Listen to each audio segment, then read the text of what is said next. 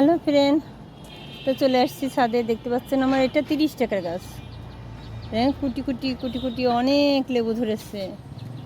এই যে হাট থেকে নিয়ে আসছিলাম 30 টাকার গাছ। বন্ধুরা দেখেন কত লেবু আসছে, প্রতিটা ডোগায় ডোগায় লেবু দেখেন। এই যে আর এখানে দেখাচ্ছি আপনাদের,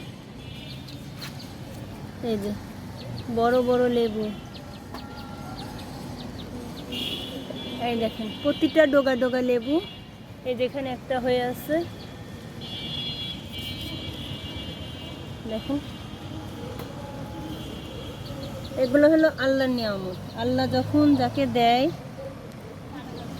তাকে তখন থাপ্পড় মারে দেয়, হিসাব করে দেয় না, বেহিসাবে দেয়। অথচ আমরা আল্লাহ শুকরিয়া আদায় করি না, কোনোভাবেই আল্লাহ শুকরিয়া আদায় করি না। প্রত্যেকটা ডোগায় ডোগায় লেবু।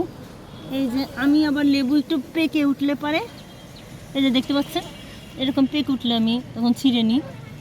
এই লেবুটা ছিঁড়ে নিচ্ছি, দেখেন কত সুন্দর পেকে গিয়েছে।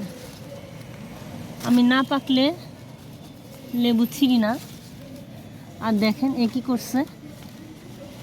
তো বন্ধুরা এই ডালটা কেটে দিতে হবে, না কাটলে আমার লেবু গাছটাকে ওরা জড়াই। তো গুড়ি গুড়ি বৃষ্টি হচ্ছে, দেখেন এখানেও লেবু।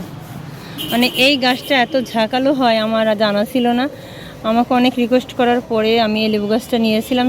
তখনও সাথে একটা লেবু ছিল, আপনাদের সাথে শেয়ার করেছিলাম। 30 টাকার লেবু গাছ, ছোট্ট এতটুকুনি একটা ডাল ছিল, এতটুকুনি একটা ডাল ছিল ছোট। এই একটা ডালে কোনো পাতা ছিল না, শুধু একটা লেবুই ছিল। পছন্দ হচ্ছিল না, তারপরে লোকটা জোর করে দিল, তখন আমি নিয়ে আসলাম। নিয়ে এসে লাগানোর পরে কিছুদিন টপে ছিল, তারপরে এখন আমার এই বেডে দিয়ে দিয়েছি, দেখতে পাচ্ছেন। আর তেমন বেশি যত্ন করি নাই, তারপরেও এত লেবু ধরছে। তো মনে করছি আরও কিছু